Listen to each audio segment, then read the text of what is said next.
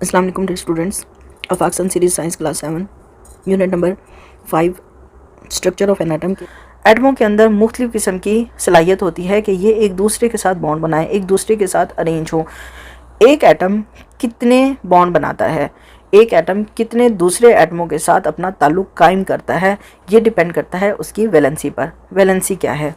किसी भी एटम के अंदर उसके सबसे बाहर वाले शेल में कितने इलेक्ट्रॉन हैं, ये इस एटम की वैलेंसी कहलाती है। एक एटम के अंदर किसी दूसरे एटम के साथ मिलाप करना, बॉन्ड बनाने की सलाहियत। एक एटम हमेशा अपने सबसे बाहर वाले शेल में मौजूद इलेक्ट्रॉनों के साथ को इस्तेमाल करके ही बॉन्ड बनाता है। या तो एटम इलेक्ट्रॉन दे देता है या ले लेता है, या दूसरे एटम के साथ अपने इलेक्ट्रॉन्स को शेयर कर लेता है। एक एटम के अंदर उसके बाहर वाले शेल में कितने इलेक्ट्रॉन ऐसे हैं जिनको या तो वो दे दे, या वो ले ले, या वो शेयर कर ले, ये उस एटम की वैलेंसी है। वैलेंसी क्या है? किसी भी एटम के अंदर नंबर ऑफ इलेक्ट्रॉन्स जिनको वो शेयर कर सके, ले सके या दे सके। अगर एक एटम सिर्फ एक इलेक्ट्रॉन को शेयर कर सकता है, या दे सकता है, या ले सकता है, तो उस एटम की वैलेंसी एक ही होगी। अगर कोई एटम 2 इलेक्ट्रॉन देने की सलाहियत रखता है या 2 इलेक्ट्रॉन लेने की सलाहियत रखता है, तो उस एटम की वैलेंसी 2 होगी। कोई भी एटम अपने इलेक्ट्रॉन क्यों देता है, या क्यों कहीं और से लेता है, या क्यों वो शेयर करता है? हमने देखा कि हर एक मदार में इलेक्ट्रॉनों की तादाद फिक्स है, कम से कम 2 है। कम से कम इलेक्ट्रॉनों की तादाद किसी भी शेल में 2 होनी चाहिए। पर हम क्लोरीन की मिसाल लेते हैं। क्लोरीन के पास टोटल 17 इलेक्ट्रॉन हैं। पहले मदार में 2 हैं, दूसरे में 8 हैं, और तीसरे में 7 हैं। अब इस क्लोरीन के पास अपने इस शेल को इलेक्ट्रॉनों को मुकम्मल करने के लिए 1 इलेक्ट्रॉन कम है। ये जो चाहेगा, ये क्लोरीन चाहेगा कि इस बाहर वाले मदार में भी मेरे जो इलेक्ट्रॉन्स हैं वो मुकम्मल हो जाए। अपने इन इलेक्ट्रॉनों की तादाद को मुकम्मल करने के लिए 2, 8, 18 या जितनी भी इस बाहर वाले शेल में होनी चाहिए, उसको मुकम्मल करने के लिए ये एटम अपना या तो इलेक्ट्रॉन दे देगा या ले लेगा। अब देखें यहाँ पर इस क्लोरीन के लिए, क्योंकि इसके बाहर वाले मदार में 7 इलेक्ट्रॉन है, इसके लिए इन 7 इलेक्ट्रॉनों को देना मुश्किल है, लेकिन कहीं और से 1 इलेक्ट्रॉन लेकर अपनी इस तादाद को मुकम्मल करना आसान है। इसलिए ये कहीं और से 1 इलेक्ट्रॉन ले लेगा। अब इसके अंदर क्योंकि 1 इलेक्ट्रॉन लेने की सलाहियत थी, इसीलिए क्लोरीन की वैलेंसी 1 है। जब भी कोई एटम अगर इलेक्ट्रॉन लेने की सलाहियत रखता है तो उसके साथ मनफी चार्ज लगता है, और अगर कोई एटम अपना इलेक्ट्रॉन देने की सलाहियत रखता है तो उसके साथ मस्बत चार्ज लगता है। यहाँ पर आपको ये बात क्लियर हो गई होगी कि अपने बाहर वाले मदार में इलेक्ट्रॉनों की तादाद को मुकम्मल करने के लिए इलेक्ट्रॉन को किसी दूसरे एटम के साथ शेयर कर लिया जाता है, या मुकम्मल तौर पर अपना दे दिया जाता है, या किसी से ले लिया जाता है। एक एटम के अंदर कितने इलेक्ट्रॉन देने की, लेने की या शेयर करने की सलाहियत है, ये उस एटम की वैलेंसी कहलाती है। An atom can only make bonds by using electron in its outer most shell. कोई भी एटम अपने सबसे बाहर वाले शेल में मौजूद इलेक्ट्रॉनों की वजह से किसी दूसरे एटम के साथ बॉन्डिंग करता है, मिलाप करता है। The capacity of an atom to give, take or share its electron with other atom is called its valency. किसी भी एटम के अंदर कितने इलेक्ट्रॉन देने की, या कितने इलेक्ट्रॉन कहीं और से लेने की, या कितने इलेक्ट्रॉन किसी दूसरे एटम के साथ शेयर करने की सलाहियत है, ये उस एटम की वैलेंसी कहलाती है। The electron use to form these bonds are called valence electron. वो इलेक्ट्रॉन जो बॉन्डिंग के लिए मौजूद हैं किसी भी एटम के अंदर, यानी वो आज़ाद हैं, जब चाहे ये एटम उन्हें दे दे, ले ले या शेयर कर ले, इस तरह के इलेक्ट्रॉन वैलेंस इलेक्ट्रॉन कहलाते हैं। यहाँ पर देखें, हम इसी क्लोरीन में देखते हैं, ये अंदर वाले 2 इलेक्ट्रॉन मौजूद नहीं हैं, यानी ये क्लोरीन अपने इन अंदर वाले 2 इलेक्ट्रॉन्स को और इन 8 इलेक्ट्रॉनों को कभी भी किसी के साथ शेयर नहीं कर सकता। लेकिन ये जो बाहर वाले 7 इलेक्ट्रॉन हैं, इनको ये दे सकता है, या इनमें किसी एक को ले सकता है। तो ये जो आज़ाद इलेक्ट्रॉन है, जो किसी दूसरे एटम के साथ बॉन्डिंग करने के लिए मौजूद है, अवेलेबल हैं, ये इस क्लोरीन के वैलेंस इलेक्ट्रॉन कहलाएंगे। A hydrogen atom has one valence electron. It can share this valence electron with the other atom, so its valency is 1. क्योंकि हाइड्रोजन के सबसे बाहर वाले मदार में एक ही इलेक्ट्रॉन है, वही मौजूद है जिसको ये हाइड्रोजन का एटम किसी दूसरे एटम के साथ शेयर कर सकता है, किसी दूसरे को दे सकता है, इसीलिए हाइड्रोजन की वैलेंसी 1 है. An oxygen can take 2 valence electrons from another atom, so its valency is 2. कि ऑक्सीजन के बाहर वाले मदार में 6 इलेक्ट्रॉन है और इसके पास 2 इलेक्ट्रॉनों की कमी है. यहाँ पर ये 2 इलेक्ट्रॉन लेकर अपनी वैलेंसी को या अपने बाहर वाले शेल में अपने इलेक्ट्रॉन्स की तादाद को मुकम्मल कर सकता है, इसीलिए इसकी वैलेंसी 2 है, क्योंकि इसके पास 2 वैलेंस इलेक्ट्रॉनों की ज़रूरत है. ये 2 को लेकर अपने मदारों के अपने बाहर वाले मदार में इलेक्ट्रॉनों को मुकम्मल करने की सलाहियत रखता है, इसीलिए इसकी वैलेंसी 2 है. क्योंकि if the outermost shell of an atom contain 2 or 8 electrons, it will not make bond with other atoms, so its valency is 0. Helium, neon, argon etc. have 0 valency. अगर कोई एक एटम ऐसा है जिसके बाहर वाले मदार में 2 इलेक्ट्रॉन हैं या 8 इलेक्ट्रॉन हैं, तो वो कभी भी किसी दूसरे एटम के साथ बॉन्ड नहीं करेगा, उसके साथ बॉन्डिंग नहीं करेगा. उसे किसी एटम को देने की या उसे किसी भी इलेक्ट्रॉन को देने की या लेने की ज़रूरत नहीं है, इसीलिए उस एटम की वैलेंसी 0 होगी. मिसाल के तौर पर हीलियम, जो कि पीरियोडिक टेबल में दूसरे नंबर पर है, उसका एटॉमिक नंबर 2 है. उसके बाहर वाले शेल में 2 ही इलेक्ट्रॉन है और उसे मज़ीद किसी की ज़रूरत नहीं है अपने आप को स्टेबल करने के लिए या अपने मदार में इलेक्ट्रॉनों की तादाद को मुकम्मल करने के लिए, इसीलिए हीलियम की वैलेंसी 0 है. इसी तरह नियॉन, जिसके बाहर वाले मदार में इसके पास टोटल 10 इलेक्ट्रॉन हैं, 2 अंदर पहले शेल में और 8 दूसरे शेल में. क्योंकि बाहर वाले शेल में 8 इलेक्ट्रॉन मुकम्मल हैं, इसीलिए नियॉन को ज़रूरत नहीं है कि वो किसी दूसरे शेल के साथ किसी दूसरे एटम के साथ अपने इलेक्ट्रॉन शेयर करे, इसीलिए इसकी वैलेंसी भी 0 है. बिल्कुल इसी तरह आर्गन, जिसके पास टोटल 18 इलेक्ट्रॉन है, इसके पहले शेल में 2, दूसरे में 8 और तीसरे में भी 8 इलेक्ट्रॉन है. क्योंकि बाहर वाले शेल में इलेक्ट्रॉनों की तादाद मुकम्मल है, 8 है, इसीलिए इसको भी ज़रूरत नहीं है कि ये अपने इलेक्ट्रॉन दे या ले. ये एक स्टेबल एटम है जो कि जिसकी वैलेंसी 0 है. यहाँ पर इस टेबल में आपको कुछ एटम्स की वैलेंसी दिखाई गई है, जिस तरह सोडियम की 1, पोटाशियम की 1, क्लोरीन की 1 और नाइट्रोजन की 3 है. Have you ever thought why atoms combine and make bonds? कि एटम्स की वैलेंसी और उनके आपस में बॉन्डिंग को पढ़ने के बाद आपने यकीनन ये सोचा होगा कि एटम्स किस तरह और क्यों आपस में मिलते हैं और बॉन्ड बनाते हैं. Naturally atoms are unstable because their outermost shell is incomplete. आमतौर पर एटमों के बाहर वाले शेल में इलेक्ट्रॉनों की तादाद मुकम्मल ना होने की वजह से ये अनस्टेबल होते हैं, यानी इनके पास हमेशा इलेक्ट्रॉनों की कमी होती है. To attain this stability and complete their outermost shell, they make bonds with other atoms. अपने बाहर वाले शेल में इलेक्ट्रॉनों को मुकम्मल करने के लिए ये दूसरे एटमों के साथ बॉन्ड बनाते हैं. There are 2 types of bonds, ionic and covalent bond. एक एटम दूसरे एटम के साथ 2 तरह से बॉन्ड बना सकता है, या तो आयनिक बॉन्ड बनाता है या कोवेलेंट बॉन्ड बनाता है. इन दोनों में फ़र्क क्या है? अगर कोई एटम अपना इलेक्ट्रॉन मुकम्मल तौर पर देकर या मुकम्मल तौर पर लेकर बॉन्ड बना रहा है तो आयनिक बॉन्ड है. लेकिन अगर कोई एटम दूसरे एटम के साथ अपना ये इलेक्ट्रॉन शेयर करके, यानी नामुकम्मल देकर नामुकम्मल लेकर, दोनों ही एटम एक ही इलेक्ट्रॉन को शेयर कर रहे हैं, तो उस सूरत में बनने वाला बॉन्ड कोवेलेंट बॉन्ड है. In order to complete their outermost shell, atoms gain or lose electron. अपने सबसे बाहर वाले मदार के अंदर इलेक्ट्रॉनों की तादाद को मुकम्मल करने के लिए कोई भी एटम या तो अपने इलेक्ट्रॉन को मुकम्मल तौर पर हासिल कर लेता है या फिर दूसरे एटम को अपने इलेक्ट्रॉन दे देता है. A bond form between 2 atoms with complete transfer of electron is called an ionic bond.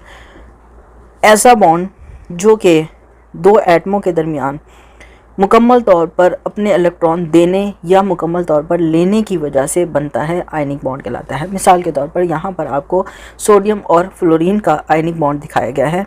Sodium के पास सबसे बाहर वाले शेल में 1 इलेक्ट्रॉन फालतू है. इसका एटॉमिक नंबर 11 है. इसके पास पहले मदार में 2, दूसरे में 8 और तीसरे में 1 इलेक्ट्रॉन है. इसके लिए इस 1 इलेक्ट्रॉन को देना आसान है, जबकि फ्लोरीन के पास सबसे बाहर वाले मदार में सिर्फ 7 इलेक्ट्रॉन है, 1 इलेक्ट्रॉन कम है. ये इस सोडियम से 1 इलेक्ट्रॉन लेकर अपने मदार में अपने बाहर वाले शेल में इलेक्ट्रॉनों की तादाद को मुकम्मल कर लेता है. In an ionic bond 1 atom loses 1 और मोर electrons and the other gains these electrons. Ionic bond में एक एटम अपना 1 या 1 से ज़्यादा इलेक्ट्रॉन मुकम्मल तौर पर किसी दूसरे एटम को दे देता है और दूसरा एटम इससे 1 या इससे ज़्यादा इलेक्ट्रॉन ले लेता है. मिसाल के तौर पर a sodium atom has 1 electron in its outermost shell. If it loses this electron its outer most shell will be completed. मैंने भी आपको बताया कि सोडियम के बाहर वाले शेल में सिर्फ एक इलेक्ट्रॉन है। अगर ये अपना एक इलेक्ट्रॉन किसी दूसरे एटम को दे देता है तो इसका फिर जो अंदर वाला शेल है उसमें इलेक्ट्रॉनों की तादाद मुकम्मल है। On the other hand fluorine atom has 7 electrons in its outermost shell. It requires only 1 electron to complete its outermost shell. Thus sodium loses an electron which is gained by fluorine. इसके पास क्योंकि बाहर सिर्फ 7 electron है, इसको एक electron की ज़रूरत है, ये इधर से एक इलेक्ट्रॉन सोडियम से ले लेगा। इस तरह सोडियम भी स्टेबल हो जाएगा और फ्लोरीन भी स्टेबल हो जाएगा। ये एक इलेक्ट्रॉन देने से स्टेबल हो जाएगा और ये एक इलेक्ट्रॉन लेने से स्टेबल हो जाएगा। इस तरह दो एटमों के दरमियान बनने वाला बॉन्ड, एक का देना और एक का लेना, इस तरह की बॉन्डिंग आयनिक बॉन्ड कहलाती है। When an atom gain or loses electron, it became a charged particle due to an imbalance of the number of proton and electron. Sodium के पास सोडियम का एटॉमिक नंबर 11 था, यानी इसके पास 11 ही प्रोटॉन थे और 11 ही neutron थे। जब इसने अपना एक इलेक्ट्रॉन किसी और को दे दिया तो अब इसके पास प्रोटॉन तो 11 ही रहेंगे लेकिन इलेक्ट्रॉन 10 हो जाएंगे, यानी कि मस्बत चार्ज मनफी चार्ज से ज़्यादा हो जाएगा। यहाँ पर एक इलेक्ट्रॉन कम होने से इसका एक पॉजिटिव चार्ज बढ़ गया है। इसने एक इलेक्ट्रॉन दिया है इसलिए एक पॉजिटिव चार्ज बढ़ गया है। वो एटम जो इलेक्ट्रॉन देता है उसके ऊपर मस्बत चार्ज आ जाता है। दूसरी तरफ क्योंकि फ्लोरीन ने एक इलेक्ट्रॉन लिया है, अब इसके प्रोटॉनों से इलेक्ट्रॉनों की तादाद ज़्यादा हो जाएगी। एक इलेक्ट्रॉन ज़्यादा हो गया है इसलिए एक इलेक्ट्रॉन प्रोटॉनों की निस्बत बढ़ गया है। सो इसके ऊपर क्योंकि चार्ज पॉजिटिव चार्ज से अब ज़्यादा हो गया है इसलिए इसके ऊपर मनफी चार्ज, नेगेटिव चार्ज आ जाएगा। जो एटम इलेक्ट्रॉन दे रहा है उस पर पॉजिटिव चार्ज है क्योंकि उसमें प्रोटॉनों की तादाद बढ़ गई है। वो एटम जो इलेक्ट्रॉन ले रहा है उसके ऊपर मनफी चार्ज यानी नेगेटिव चार्ज आ गया है क्योंकि उसमें इलेक्ट्रॉनों की तादाद बढ़ गई है। This charge particle is called an ion. ये जो चार्ज पार्टिकल है जिसके ऊपर मस्बत या मनफी चार्ज आ गया है इसको हम आयन कहते हैं। आयन क्या है? वो एटम है जिसने या तो अपने इलेक्ट्रॉन दे दिए हैं या अपने इलेक्ट्रॉन ले लिए हैं। इलेक्ट्रॉन देने या लेने की वजह से इसके ऊपर मस्बत या मनफी चार्ज आ गया है, ये आयन है। When an atom loses electron it becomes a positively charge ion because of more proton in the nucleus. वो एटम जिसने अपने इलेक्ट्रॉन दिए हैं उसके ऊपर मस्बत चार्ज है क्योंकि इसके अंदर प्रोटॉन, इसके न्यूक्लियस में प्रोटॉनों की तादाद ज़्यादा है। Such an ion is called cation. वो आयन, वो एटम जिसके ऊपर मस्बत चार्ज है या वो आयन जिसके ऊपर मस्बत चार्ज है वो कैटाइन कहलाता है। An atom that gain electrons have more electron than protons so it becomes a negatively charge ion. वो एटम जिसने किसी और से इलेक्ट्रॉन लिया है उसके अंदर इलेक्ट्रॉनों की तादाद प्रोटॉन की तादाद से ज़्यादा हो गई है, इसीलिए ये अब एक नेगेटिव चार्ज आयन बन गया है। नेगेटिव चार्ज आयन को एनाइन कहते हैं। पॉजिटिव चार्ज रखने वाले आयन को कैटाइन और नेगेटिव चार्ज रखने वाले आयन को एनाइन कहते हैं। In the example above sodium is a cation and fluorine is an A9. ऊपर जो मिसाल हमने अभी बताई है इसमें सोडियम एक कैटाइन है जबकि फ्लोरीन एक एनाइन है। The cation and A9 attract each other and have strong faces of attraction between them. ये जो कैटाइन और एनाइन है जिसके ऊपर मस्बत और मनफी चार्ज है ये इन ऑपोजिटिव चार्जेस की वजह से एक दूसरे को खींचते हैं। नेगेटिव चार्ज हमेशा पॉजिटिव चार्ज को खींचता है, तो नेगेटिव चार्ज और पॉजिटिव चार्ज की अट्रैक्शन की वजह से ये दोनों आयन एक दूसरे से करीब जुड़कर रहते हैं। The net charge on the compound is 0। जब ये दोनों एक दूसरे के साथ जुड़ जाते हैं, एक दूसरे के करीब रहते हैं तो ये एक कंपाउंड यानी एक मुरक्कब की शक्ल इख्तियार कर लेते हैं। अब एज अ होल इस मुरक्कब का चार्ज 0 हो जाएगा क्योंकि ये मस्बत चार्ज इस मनफी चार्ज के असर को ज़ाया कर देगा। Most ionic compounds are solid with high melting and boiling point. आमतौर पर आयनिक कंपाउंड्स यानी इस तरह के कंपाउंड जिनके अंदर इलेक्ट्रॉन्स का तबादला हुआ है वो एक दूसरे के साथ जुड़े हुए हैं, इस तरह के मुरक्कब का मेल्टिंग पॉइंट यानी इनका पिघलने का जो दर्जा हरारत है वो बहुत ज़्यादा होता है। खुलाव और उबलने का दर्जा हरारत हमेशा बहुत ज़्यादा होते हैं। A list of cations and anion is given below. कुछ कैटाइन्स और एनाइन्स की लिस्ट इस टेबल में आपको दी गई है। हाइड्रोजन, सोडियम और पोटेशियम एक एक इलेक्ट्रॉन देने की सलाहियत रखते हैं जबकि मैग्नीशियम और कैल्शियम 2 और बोरॉन और एल्यूमिनियम 3 इलेक्ट्रॉनों को देने की सलाहियत रखते हैं, जबकि इसीलिए ये कैटाइन्स हैं। जबकि क्लोरीन, फ्लोरीन और ब्रोमियम एक एक इलेक्ट्रॉन ऑक्सीजन, सल्फर 2-2 और नाइट्रोजन और फास्फोरस 3-3 इलेक्ट्रॉन किसी दूसरे एटम से लेकर अपने आउटर मोस्ट शेल को कंप्लीट करते हैं और बॉन्ड बनाते हैं, इसीलिए ये एनाइंस हैं। अब हम बॉन्डिंग की दूसरी टाइप के बारे में पढ़ते हैं जो कि कोवेलेंट बॉन्ड है। कोवेलेंट बॉन्ड उस वक्त बनता है जब कोई एक एटम मुकम्मल तौर पर ना तो इलेक्ट्रॉन दे सकता है ना ही मुकम्मल तौर पर दूसरे से ले सकता है, यानी दो इस तरह के एटम एक दूसरे से जुड़े जो दोनों ही अपने अपने इलेक्ट्रॉन देने की पोजीशन में ना हो, ना ये इसको दे सके ना ये इसको दे सके, तो उस सूरत में दोनों एटम अपने अपने इलेक्ट्रॉन्स को शेयर कर लेते हैं। मिसाल के तौर पर यहाँ पर 2 हाइड्रोजन एटम हैं, इनके बाहर वाले शेल में एक एक इलेक्ट्रॉन है, ना तो ये हाइड्रोजन अपना मुकम्मल इलेक्ट्रॉन दे सकता है ना ये मुकम्मल दे सकता है। उस सूरत में ये दोनों अपने अपने इलेक्ट्रॉनों को शेयर कर लेते हैं। इस तरह की शेयरिंग से इसके पास भी 2 इलेक्ट्रॉन आ जाते हैं और इसके पास भी 2 इलेक्ट्रॉन हो जाते हैं। इस तरह की बॉन्डिंग जो इलेक्ट्रॉन के आपस में शेयर करने से बनती है उसको कोवेलेंट बॉन्डिंग कहते हैं। Sometime atoms do not completely lose or gain electron. बाज़ औक़ात एटम मुकम्मल तौर पर ना तो इलेक्ट्रॉन देते हैं ना ही ले लेते हैं। Instead they share their electrons among them. देने और लेने की बजाय ये अपने इलेक्ट्रॉनों को एक दूसरे के साथ शेयर करना पसंद करते हैं। A bond form in this way is called covalent bond. इस तरह की शेयरिंग के नतीजे में जो बॉन्ड बनता है, जो ताल्लुक बनता है, इसको कोवेलेंट बॉन्ड कहते हैं। This bond is form between the same or different atoms with weak forces of attraction. इस तरह का बॉन्ड एक या दो मुख्तलिफ किस्म के एटमों के दरमियान बनता है, लेकिन ये जो 2 एटम हैं इनके दरमियान आयनिक बॉन्ड की निस्बत एक दूसरे के लिए अट्रैक्शन कम होती है। आयनिक बॉन्ड क्योंकि उनमें पॉजिटिव और नेगेटिव चार्ज होता है, वो एक दूसरे को बहुत अच्छे से खींच रहे होते हैं, लेकिन कोवेलेंट बॉन्ड के नतीजे में जो एटम एक दूसरे के करीब आते हैं इनके दरमियान फोर्स ऑफ अट्रैक्शन, कशिश की कुव्वत कम होती है। The share electron in covalent compounds are called share pairs. ये इलेक्ट्रॉन जो इस कोवेलेंट बॉन्ड में शेयर हो रहे हैं, ये जो 2 इलेक्ट्रॉन शेयर हो रहे हैं 2 एटमों के दरमियान, ये शेयर्ड पेयर कहलाते हैं। ये शेयर्ड पेयर्स कहलाते हैं। Covalent compounds are usually liquid or gas with low melting and boiling points. Covalent bond के नतीजे में बनने वाले मुरक्कबात का बॉइलिंग पॉइंट और मेल्टिंग पॉइंट बहुत कम होता है, यानी ये बहुत कम दर्जा हरारत पर ही पिघल जाते हैं। आमतौर पर कोवेलेंट बॉन्ड रखने वाले मुरक्कबात या तो लिक्विड होते हैं या गैसेस होते हैं, इसीलिए ये बहुत कम दर्जा हरारत पर, थोड़े ही दर्जा हरारत पर उबल जाते हैं और पिघल जाते हैं, क्योंकि इनके दरमियान कोशिश कम है। ये एक दूसरे को मजबूती से थामे हुए नहीं है। ज़रा सा दर्जा हरारत बढ़ने से इनके ये बॉन्ड टूट जाते हैं और ये पिघल जाते हैं या उबल जाते हैं। A bond formed between 2 hydrogen atom is in hydrogen gas is covalent bond। Hydrogen gas के 2 एटमों के दरमियान बनने वाला ये बॉन्ड कोवेलेंट बॉन्ड है।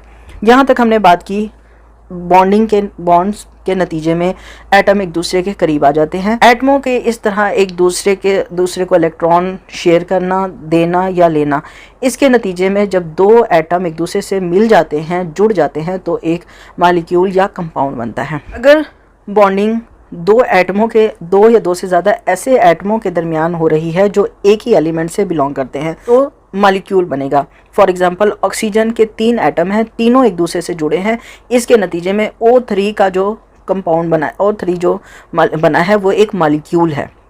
O2, O3, इसी तरह नाइट्रोजन के अगर 2 एटम एक दूसरे से जुड़ रहे हैं तो N2 एक मॉलिक्यूल है। हाइड्रोजन के 2 एटम एक दूसरे से जुड़े हैं, दोनों हाइड्रोजन ही हैं, एक ही एलिमेंट से बिलोंग करते हैं, इसीलिए ये एक मॉलिक्यूल है। Hydrogen atom has 1 electron in outermost shell and hydrogen atom share this electron with another hydrogen atom. That is why a hydrogen gas molecule contains 2 hydrogen atoms. Similarly, a molecule of nitrogen gas contains 2 nitrogen atoms and ozone gas contains 3 atoms of oxygen. क्योंकि hydrogen के पास एक electron है, उसने अपने बाहर वाले मदार से एक ही इलेक्ट्रॉन को शेयर किया है दूसरे हाइड्रोजन एटम के साथ। हाइड्रोजन की बॉन्डिंग हाइड्रोजन के साथ ही हुई है, हाइड्रोजन गैस बनी है, तो ये एक मॉलिक्यूल है। हाइड्रोजन और हाइड्रोजन की कंबाइनेशन से हाइड्रोजन मॉलिक्यूल बना है। नाइट्रोजन के 2 एटमों के आपस में मिलने से नाइट्रोजन गैस बनी है जो कि एक मॉलिक्यूल है। N2 एक मॉलिक्यूल है। इसी तरह O2 ऑक्सीजन एक मॉलिक्यूल है। ओजोन O3 एक मॉलिक्यूल है, क्योंकि इसमें तीनों एटम एक ही एलिमेंट के हैं। अगर एक दूसरे के साथ बॉन्ड बनाने वाले एटम एक ही एलिमेंट से ताल्लुक़ ना रखते हों, मिसाल के तौर पर कार्बन डाइऑक्साइड, इसमें एक एटम कार्बन का है और 2 एटम ऑक्सीजन के हैं। H2O वाटर, इसमें एक एटम ऑक्सीजन का है, 2 एटम हाइड्रोजन के हैं। मतलब ये कि एक से ज़्यादा एलिमेंट्स के एटम आपस में कंपाउंड आपस में इकट्ठे हो रहे हैं, बॉन्ड बना रहे हैं। मुख्तलिफ किस्म के एटमों का एक दूसरे के साथ इकट्ठे होने के नतीजे में जो मुरक्कब तैयार होता है उसको कंपाउंड कहते हैं। अगर एक जैसे एटम इकट्ठे हो रहे हैं, आपस में बॉन्ड बना रहे हैं तो मॉलिक्यूल है। अगर मुख्तलिफ किस्म के एटम एक दूसरे के साथ बॉन्ड बना रहे हैं तो कंपाउंड है। When two or more atom of different element join together chemically, they form a compound. अगर दो या दो से ज़्यादा एटम एक दूसरे के साथ कीमियाई तौर पर इकट्ठे बॉन्ड बना रहे हैं, जोड़ी बना रहे हैं, तो ये एक कंपाउंड बनेगा। Water, carbon dioxide, methane etcetera are different compounds. पानी, कार्बन डाइऑक्साइड और मीथेन गैस, ये मुख्तलिफ किस्म के कंपाउंड्स की मिसालें हैं। Water is form by 2 hydrogen atom and 1 oxygen atom. पानी 2 हाइड्रोजन एटमों और 1 ऑक्सीजन के एटम से मिलकर बना हुआ है, जबकि carbon dioxide is form when 2 atom of oxygen form a covalent bond with 1 atom of carbon. Carbon dioxide उस वक्त बनती है जब 2 ऑक्सीजन के एटम एक कार्बन के एटम के साथ कोवेलेंट बॉन्ड बनाते हैं।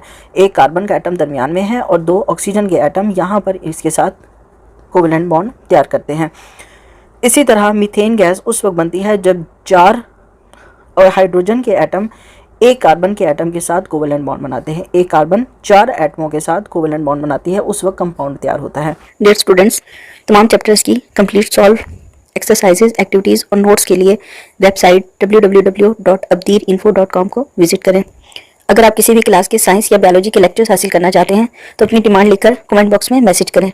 डियर स्टूडेंट्स, अगर आपको लेक्चर पसंद आया हो तो वीडियो को लाइक करें, चैनल को सब्सक्राइब करें और नीचे दिए हुए बेल आइकन को प्रेस कर दें ताकि आइंदा आने वाले तमाम लेक्चर्स की अपडेट्स आपको मिलती रहें।